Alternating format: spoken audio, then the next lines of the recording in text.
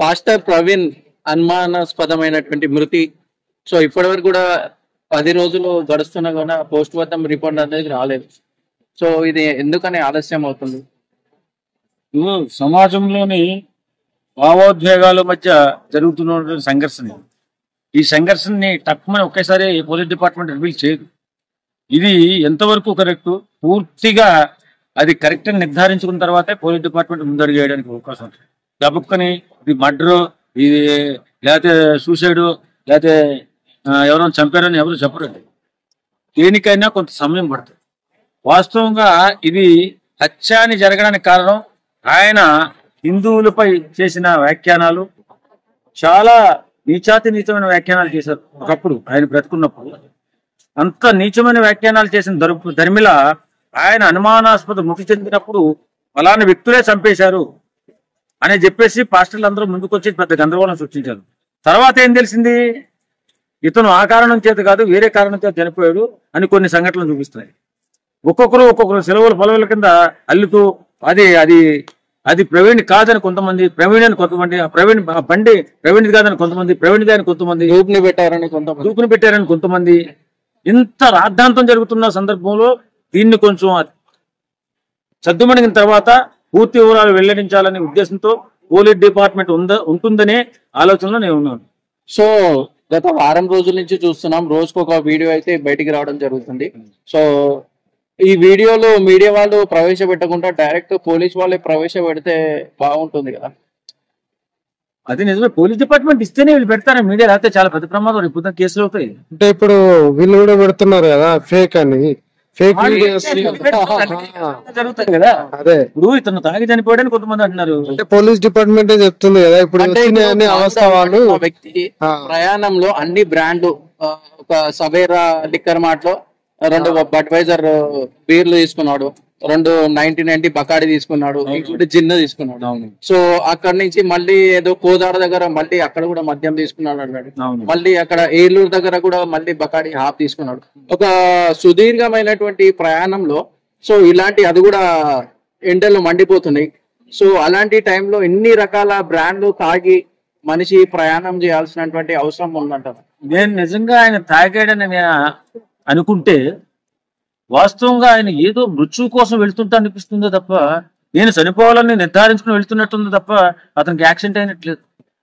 2 చోట్ల పడిపోయాడు. చాలా మంది అతన్ని కాపాడే ప్రయత్నం చేశారు. బాబు నువ్వు ఇక్కడే ఉండు, నీ పరిస్థితి బాగాలేదు, నీ ఆరోగ్యం బాగాలేదు అని పోలీసు వారు కూడా చెప్పడం జరిగింది. అతను 3 గంటల తర్వాత ఎక్కడ ఉన్నాడు. కానీ 3 గంటల తర్వాత కూడా మళ్ళీ బయలుదేరి వెళ్ళిపోయి అతను సావుకి వెళ్తున్నట్టుగా అనిపిస్తుంది తప్ప ఈ దృశ్యాలన్నీ చూస్తే వాస్తవంగా అంత క్లారిటీగా, అంత క్వాలిటీగా ప్రతి విషయాన్ని కూలంకుషంగా చర్చించేటటువంటి ప్రవీణ్ గారు ఇంతలా ఎంతగా అయిపోతాడని మాకు ఆశ్చర్యం కింద ఉంది.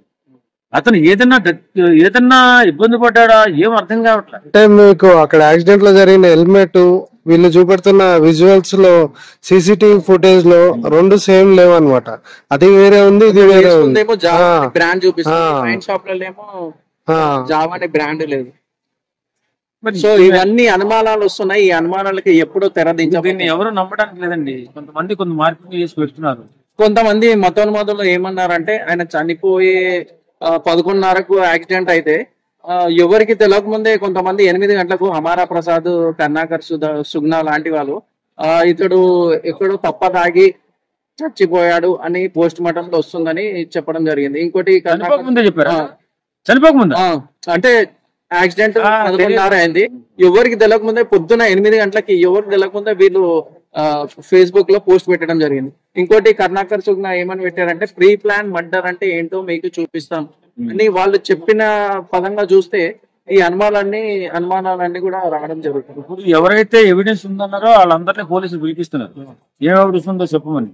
ఇతని పైన ఈ ప్రవీణ్ అనే ఆయన పైన యత్నం చేయడానికి ఒక విషయం, మద్యం దాగుంటే అక్కడ పోలీసు అతను కూడా ఉన్నాడు, అతనికి కూడా స్మెల్ వచ్చేది కదా. కానీ ఎస్ఐ గారు చెప్పారంటే ఆయన ఎండ దెబ్బ తగలడం వల్ల అలసిపోయాడు, అతనికి ఆరోగ్యం సహకరించలేదు తప్ప అతని దగ్గర ఎక్కడ కూడా మద్యం తాగినట్టు స్మెల్ అయితే రాలేదని కూడా. ఎంత తాగుపోతాయినా గానీ ఒక దగ్గర తాగి దొరికిపోతాడు, అంత దూరం ప్రయాణం చేయలేడు కదా. ఈ దొరికిపోవడం పక్కన పెడితే అతను ప్రవీణే కాదంటున్నారు కావచ్చు. అదే అంటున్నాడు. అదే ఆ వచ్చినోడు బడి దోళ్ళోడు చాలా మంది అప్పట్లో చనిపోయిన దగ్గర ఒక చోట మాత్రమే ప్రత్యక్షమయ్యాడు అన్నారు.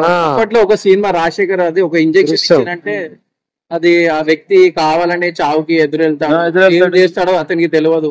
అది ఇంకోటి దృశ్యం ఫిలిం కూడా చూపిస్తారు, సాక్ష్యాల కోసమే ఇవన్నీ ప్రతి ఒక్కరి అనేక మంది అనేక రకాలు అంటున్నారు. ఇప్పుడు ఏదేమైనా ఏదన్నా ఒక వర్గం అతన్ని కక్షగట్టి ఆయన మర్డర్ చేయించింది అనుకోండి, రేపు పొద్దున పోలీస్ డిపార్ట్మెంట్ చూస్తూ ఇంకో ఒక రాష్ట్రం అయితే మాత్రం అతను చంపించాలని ప్లాన్ చేయదు కదా.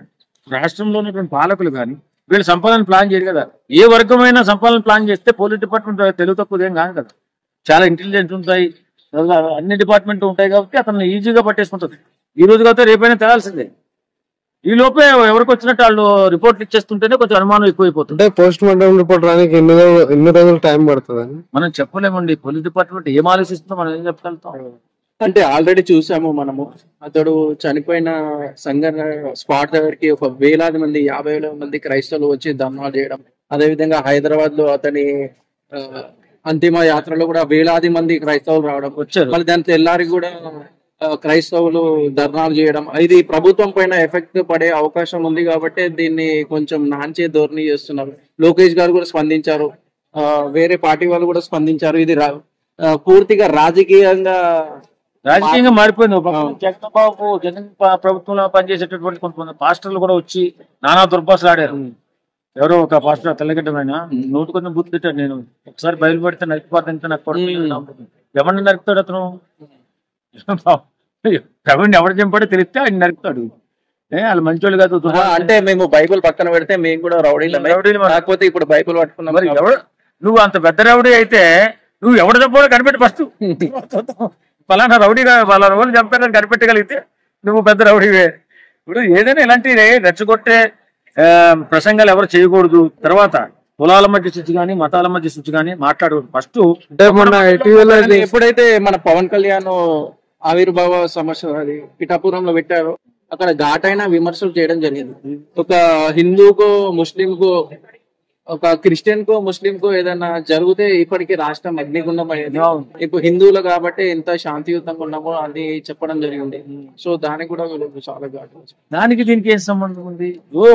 హిందూ ఏదైనా ముస్లిం యూనిటీగా ఉంటున్నారు, క్రైస్తవులు యూనిటీగా ఉంటున్నారు, మన హిందువులు యూనిటీగా ఎందుకు ఉండట్లేదు అని చెప్పడం అమ్మో ఈయన చంపించేస్తారా? యూనిటీగా ఉండమని చెప్పడం కూడా తప్పేనా? అసలు పవన్ కళ్యాణ్కి ఈ మటర్కి ఏం సంబంధం ఉంటుంది? సో గతంలో అయిన ముస్లిం కి సంబంధించి మొహమ్మద్ ప్రవక్త పైన కూడా కొన్ని వ్యాఖ్యలు చేయడం జరిగింది. చాలా అవతల వ్యక్తి షమీ అనే వ్యక్తి నీ కన్ను గుడ్డు పీకేస్తాము, నీ నాలుగు తోషిస్తామని బెదిరించడం కూడా జరిగింది. ఆయన పోస్ట్ కూడా పెట్టడం జరిగింది, నాకు ఇట్లా ప్రాణహాని ఉందని. ఇప్పుడు ఏదేమైనా ఫస్ట్ కులాలు కానీ మతాలు కానీ ఉన్నటువంటి నిజంగా ఒక మాట చెప్పాలా, ఈ దైవ కార్యక్రమాల్లో ఉన్నటువంటి వ్యక్తులు ఎవరికైనా కానీ ఖచ్చితమైన ఒక మాట చెప్పాలి. ఇప్పుడు మీరు మీ మతాన్ని పొగుడుకోండి, మీ దేవుణ్ణి పొగుడుకోండి, కానీ ఇతర మతాల మీదకి వెళ్ళిపోయి ఇతర గ్రంథాల మీదకి వెళ్ళిపోయి దూషించడము, మన తక్కువ చేసి మాట్లాడడం చేయొద్దండి. ఎవరి మతాన్ని వాళ్ళు గౌరవించుకోండి, ఎవరి కులాన్ని వాళ్ళు గౌరవించుకోండి. బయట వారి మతాన్ని కూడా గౌరవించే విధంగా ప్రవర్తిస్తే ఇలాంటి గొడవలు ఉండవు. మతం అనేది ఇంటికి మాత్రమే పరిమితం అవ్వాలి, బయటికి వచ్చినప్పుడు మనమంతా భారతీయులు అందరం ఐకమత్యంతో కలిసి ఉండాలని. అదే ఖచ్చితంగానండి. ఎందుకంటే ఒకరి మతాల్లోకి ఒకరు వెళ్ళకూడదు. ఎవరిచ్చాడు హక్కు? నువ్వు నా మతంలోకి రావడానికి నీకు ఎవరిచ్చాడు హక్కు? నీ మతంలో రావడానికి నాకెవరిచ్చాడు హక్కు? మతం గొప్పతనం గురించి నువ్వు చెప్పుకోగానే అవును చెప్పుకో, తప్ప నీ దేవుడు గొప్పోడు, నా దేవుడు గొప్పోడు, నీ దేవుడు గొప్పడు చెప్పుకోవడం తప్పలేదు. ఇలాగ నీచాతి నీచంగా ప్రవర్తిస్తే ఆడి ఏదైనా చచ్చిపోతే ఇలాంటి అనుమానాలు వస్తాయి. అతను యాక్సిడెంట్ లో చచ్చిపోయి ఇలాంటి అనుమానాలు వస్తాయి. ఎందుకు ఎవడో చంపుంటాడు, ఇది అంత నీచంగా మాట్లాడించేది కదా, ఎవడో చంపాడు అనుకున్నారు. ఈవేళ సీతాదేవి అతను మాట్లాడింది మొన్న చూసాను నేను టీవీ, ఎవడో చూపిస్తే సీతాదేవి రావణ్ నుంచి విడిపించిన తర్వాత నేను జనాలు ఏమన్నా అనుకుంటానని చెప్పి నేను విడిపించాను, కానీ నువ్వు నాకు అవసరమే కాదు, నువ్వు లక్ష్మణుడితో పో, ఆ కోతితో పో, ఈతో పో అని చెప్పి రాముడు చెప్పాడు. ఇంత నీచంగా మాట్లాడి ప్రవీణ్ అనే అతను.